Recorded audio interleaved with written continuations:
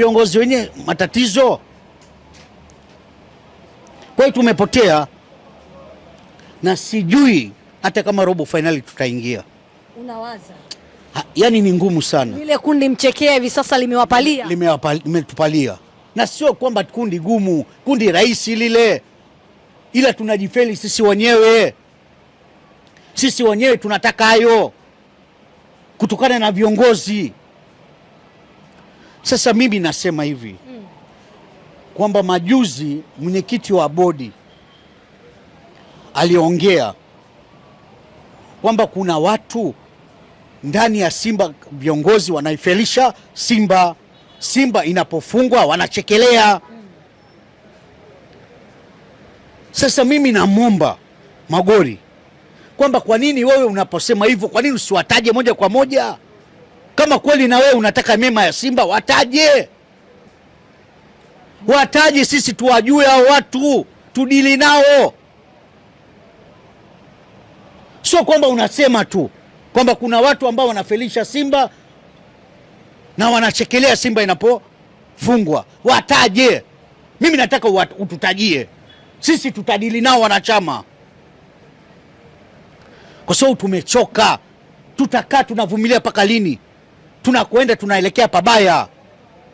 Hii Simba inapotea Mwanaisha. Wanasema namna ambavyo Simba inavyoendelea hivi, ikifika Januari katika ile dabi dhidi ya Young Africans taandika historia nyingine. Historia gani? Ya kufungwa mara 7 mfululizo. Ndio, tutafungwa.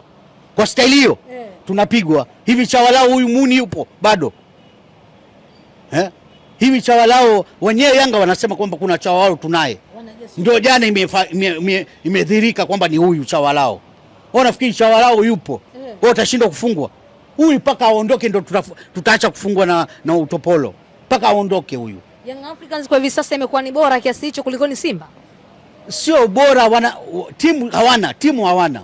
Lakini wana viongozi bora. Timu hawana, lakini wana viongozi bora. Ndio maana wachezaji wanajituma. Wanacheza kama jihadi kutokana na uongozi bora. Mwanaisha, katika klabu kitu cha kwanza muhimu ni viongozi. Uongozi unavyoendesha klabu yako, timu itanyoka tu.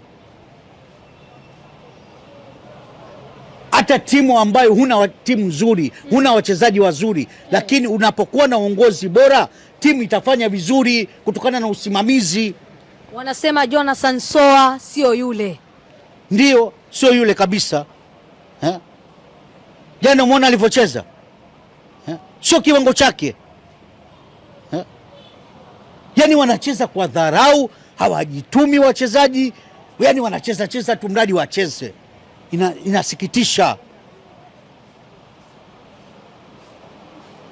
Yaani jana kwanza kwenye mkutano shida, tukaona labda tutapata nafuu kidogo. Tutachekelea angalau.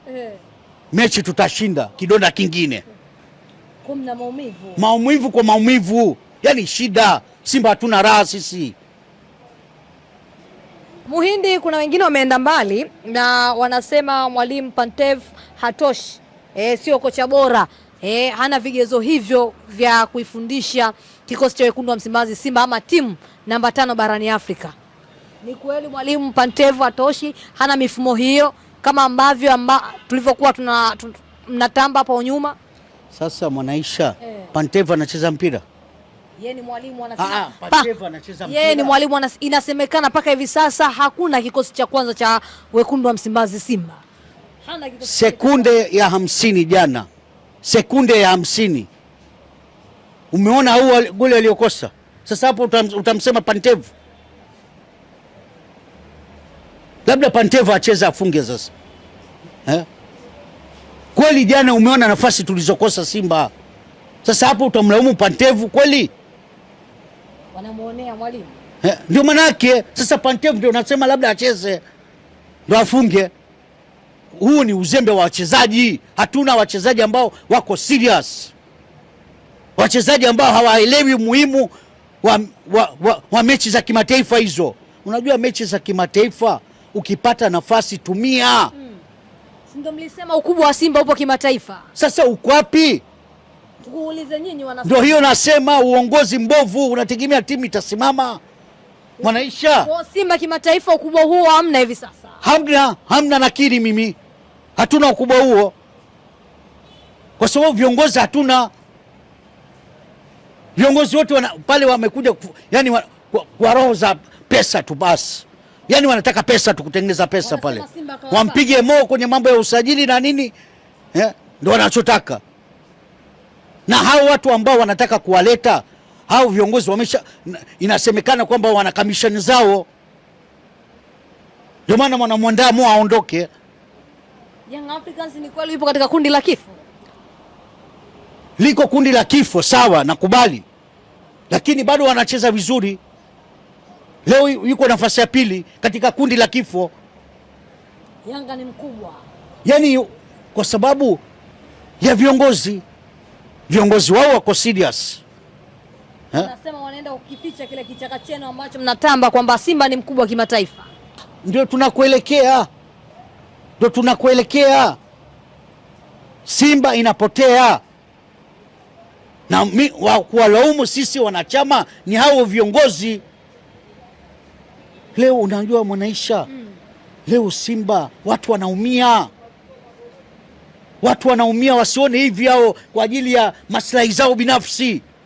Watu wanaumia, watu wanapoteza maisha kwa ajili ya Simba hiyo hiyo. Afu leo nyie mnakaa mnaichezea hiyo klabu kwa ajili ya maslahi yenu. Acheni uuni huo. Ahmed Ally anasema mtaenda kuishangaza Afrika katika michezo ya minne ambayo iliyobakia. Mwala simuelewi huyu msemaji. Huyu msemaji tena. Huyu sishakuwa msemaji wa jezi tena. Naye ni chawa hivyo hivyo. Hana lolote. Anasema mtaenda yani simuelewi. Yani Ahmed Ally kwanza simuelewi. Yani anisikie kabisa simuelewi.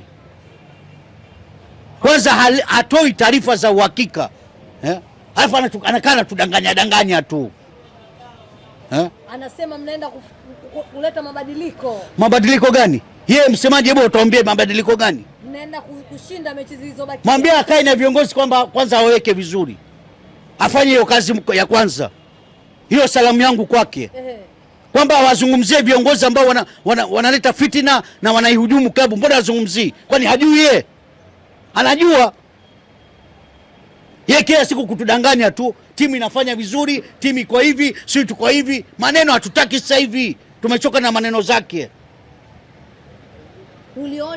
Atueleze Mwanaisha, atueleze kwamba je, shida ni nini katika viongozi? Na kiongozi gani analeta shida? Mbona asemi hiyo? Si anawatuliza wana Simba. Anatutuliza nini? Kwani sisi tumefumba macho bwana? Hatuyaoni? Kwani tumefumba macho sisi? Mechi 4 zimebakia hivi sasa. Hamna matumaini, hamna ya kuingia robo. Niwe mkweli. Mimi ni mtu mkweli sana.